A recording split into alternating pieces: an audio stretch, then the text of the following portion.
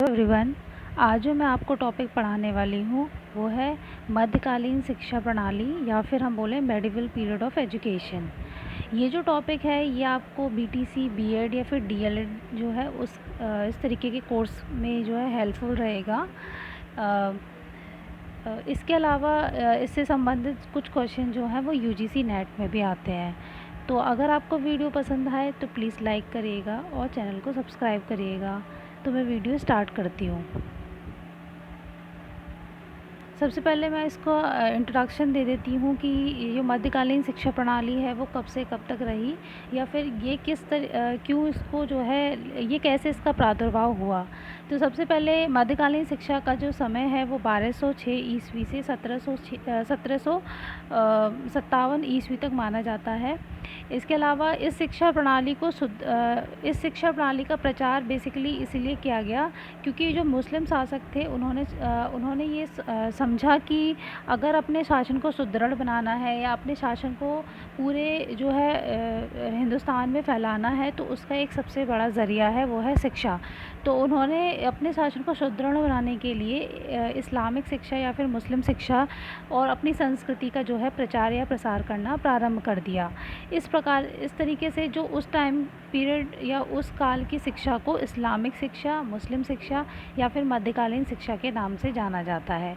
ऐसे ही इससे पहले जो मैंने आपको वीडियो जो है लेक्चर दिया था उसमें है बुद्धिस्ट पीरियड ऑफ एजुकेशन, जिसमें बौद्धकालीन शिक्षा में भी यही था कि उन लोगों ने अपने धर्म का प्रचार प्रसार करना जो है स्टार्ट कर दिया।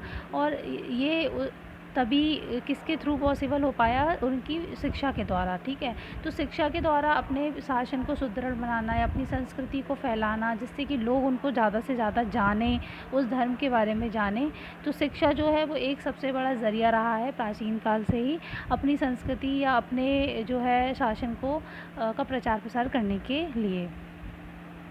अब क्या है, नेक्स्ट है कि हम इसके फ़ीचर्स या फिर कैरेक्टरिस्टिक्स या फिर विशेषताएं जो हैं पढ़ लेते हैं। लेकिन अगर आपको कभी भी जो है अगर ये आए कि मध्यकालीन शिक्षा को एक्सप्लेन करिए या फिर मध्यकालीन शिक्षा के बारे में बताइए, तो आप जो है इस पॉइंट के बेसिस पे या जो मैं अब ये पॉइंट बताने वाली हूँ इन पॉइंट के बेसिस पे आप उसको एक्सप्लेन कर सकते हैं। ठीक, या फिर अगर आपसे ये क्वेश्चन पूछा जाता है एग्ज़ामिनेशन में कि जो है मध्यकालीन शिक्षा की विशेषताएं क्या हैं, तो ये जो है पॉइंट जो है आपको काम आ जाएंगे। तो फर्स्ट पॉइंट है शिक्षा की संरचना। तो हमेशा से जो है शिक्षा की, अगर हम ये कहें कि प्राचीन काल से या फिर हम ये बोलें कि ब्रिटिश शासन काल से पूर्व शिक्षा जो है वो केवल दो ही भागों में विभाजित थी। पहला है आपका प्राथमिक शिक्षा और दूसरा है उच्च शिक्षा। जो आजकल हम देखते हैं कि शिक्षा जो है वो आपका प्राइमरी है, फिर आपका माध्यमिक शिक्षा है, फिर हायर एजुकेशन है। इस तरीके से बंटवारा नहीं था, बल्कि दो ही पार्ट्स में जो है टू ही पार्ट्स में डिवाइड थी एजुकेशन। वो है एक प्राइमरी और दूसरा है हायर एजुकेशन। ठीक है, तो स्ट्रक्चर ऑफ एजुकेशन जो है वो दो तरीके के देखे जाते थे, आपका प्राथमिक शिक्षा और उच्च शिक्षा। अच्छा, प्राथमिक शिक्षा को जब प्रारंभ किया जाता था तो मुस्लिम धर्म में क्या है कि शिक्षा प्रारंभ मुस्लिम धर्म में ही नहीं बल्कि वैदिक काल में भी और आपका बौद्ध काल में भी कुछ संस्कार जो हैं, कुछ सेरेमनीज़ जो हैं की जाती थी।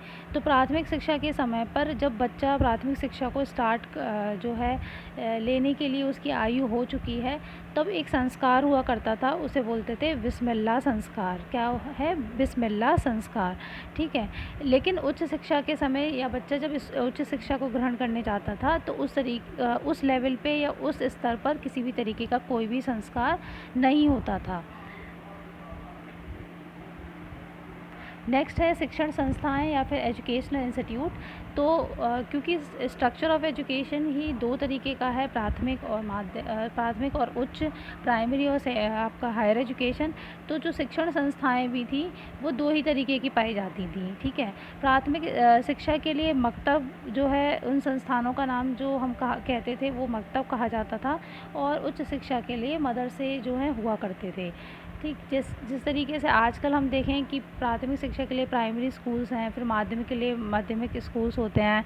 ठीक है, हायर एजुकेशन के लिए यूनिवर्सिटी कॉलेजेस होते हैं। लेकिन उस टाइम पे केवल दो ही जो है तरीके की संस्थाएं देखने को मिलती थी, संस्थान देखने को मिलता था हमको। प्राथमिक स्तर के लिए, प्राथमिक शिक्षा के लिए मकतब, और आपका उच्च शिक्षा के लिए मदरसे।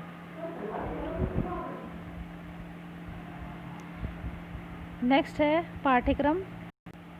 पाठ्यक्रम तो क्योंकि शिक्षा का संरचना या फिर उसका स्ट्रक्चर ही दो ही तरीके का है, आपका प्राथमिक और उच्च, तो उसी तरीके से हमारा पाठ्यक्रम या फिर करिकुलम भी दो ही जो है भागों में विभाजित था। आपका प्राथमिक स्तर पर क्या था कि बेसिकली जो प्राथमिक स्तर पर जो पाठ्यक्रम था या करिकुलम था वो दो भागों में विभाजित हुआ करता था। पहला है जनसाधारण के लिए, जो जनता के लिए शिक्षा है, उनको हम जनसाधारण के लिए क्या पढ़ाया जाता था, भाषा, व्याकरण, लिखना, उच्चारण व विशेष ध्यान दिया जाता था। ठीक है, सबसे ज़्यादा किस पे ध्यान दिया जाता था, आपका लिखना और उच्चारण पर। ठीक है, और पढ़ाया क्या जाता था उनको, भाषा और व्याकरण। इसके अलावा उनको कुरान की आयतें भी पढ़ाई जाती थी। ठीक है, तो ये जनसाधारण के लिए शिक्षा था प्राथमिक स्तर पर। दूसरा, शहजादों के लिए कुछ जो है पाठ्यक्रम अलग से हुआ करते थे प्राथमिक स्तर पर ही। जो राजघरानों से बिलोंग करते थे उन लोगों के अलग पाठ्यक्रम होता था प्राथमिक स्तर पर। वो क्या था, शहजादों के लिए अरबी फ़ारसी का ज्ञान होना बहुत ज़रूरी था उनके लिए। दूसरा, मौलवी जो होते थे वो घर पर ही जाकर उनको पढ़ाया करते थे। ठीक है, तो अब तक ये प्राथमिक शिक्षा का है पाठ्यक्रम, प्राथमिक शिक्षा का। नेक्स्ट हम चलते हैं उच्च शिक्षा पर। तो उच्च शिक्षा की जो अध्ययन की अवधि थी, मतलब पूरा ड्यूरेशन जो था स्टडी का, उनके जो एजुकेशन का, वो 11 से 12 साल जो है हुआ करता था। इसके अलावा यहाँ पर भी पाठ्यक्रम जो है उच्च शिक्षा में दो भागों में विभाजित किया गया है। पहला है लौकिक, दूसरा है अलौकिक शिक्षा। ठीक है, लौकिक शिक्षा में जो पाठ्यक्रम या कुछ जो चीज़ें पढ़ाई जाती थी वो था अरबी, फ़ारसी भाषाओं का, साहित्य, इसके अलावा दर्शन शास्त्र, गणित, इतिहास, भूगोल, कृषि और संगीत। ठीक है, ये लौकिक स्तर के जो हैं पाठ्यक्रम हुआ करते थे। इसके अलावा हम धार्मिक बोलें या अलौकिक बोलें तो इसके लिए अलग से पाठ्यक्रम क्या हुआ करते थे कि वहाँ पर जो लोग अलौकिक शिक्षा लेना चाहते हैं या धार्मिक शिक्षा लेना चाहते हैं उनको इस्लाम धर्म का गहन अध्ययन कराया जाता था। इसके अलावा मोहम्मद साहब की जो परंपराएं हैं या जो उनके इस्लामिक कानून हैं उसके बारे में उनको अध्ययन कराया जाता था। तो इस तरीके से ये जो पाठ्यक्रम है वो दो भागों में, दो स्तर पर आपका विभाजित था स्ट्रक्चर ऑफ एजुकेशन के बेस पर। नेक्स्ट है फोर्थ पॉइंट, शिक्षा का माध्यम या फिर medium of education. Medium of education क्या होता है, जैसे कि हम मीडियम ऑफ इंस्ट्रक्शंस होते हैं कि हम किस भाषा में बातचीत कर रहे हैं, तो वो चीज़ होती है। तो बेसिकली मदरसों में या हम कहें मकतबों में जो है शिक्षा का माध्यम जो है फ़ारसी हुआ करता था। और इसके अलावा मुसलमान जो होते थे उनके लिए अरबी भाषा का अध्ययन करना बहुत ज़रूरी था। तात्पर्य ये है कि जो लोग मुस्लिम धर्म से संबंधित थे उनको अरबी भी सिखाई जाती थी और फ़ारसी, दोनों भाषाओं का अध्ययन कराया जाता था। इसके अलावा जो राजपदों पर हैं उन्हें फ़ारसी जो है का ज्ञान कराना बहुत ही जो है आवश्यक था। और इसके अलावा राजपदों पर उन्हीं ही व्यक्तियों की नियुक्ति की जाती थी जिनको अरबी भाषा का ज्ञान है।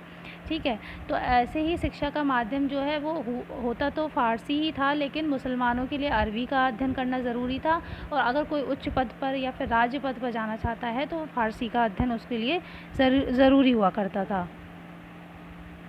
नेक्स्ट है फिफ्थ पॉइंट, शिक्षक या फिर टीचर। तो उस टाइम पे जो शिक्षक थे, जिस तरीके से आज हम जो है टीचर को जो है टीचर बोलते हैं या फिर गुरु, हम प्राचीन काल में गुरु बोला जाता था, ऐसे ही मुस्लिम काल की जो शिक्षा है वहाँ पर शिक्षकों को उस्ताद या फिर मौलवी कहा जाता था और छात्रों को शागिर्द कहा जाता था। ठीक है, क्या कहते थे हम, शागिर्द, और जो आपके टीचर हैं उनको आप उस्ताद या मौलवी जो है कहने को मिलता था हमको। नेक्स्ट है सिक्स पॉइंट, शिक्षण विधि या फिर हम बोलें टीचिंग मेथड।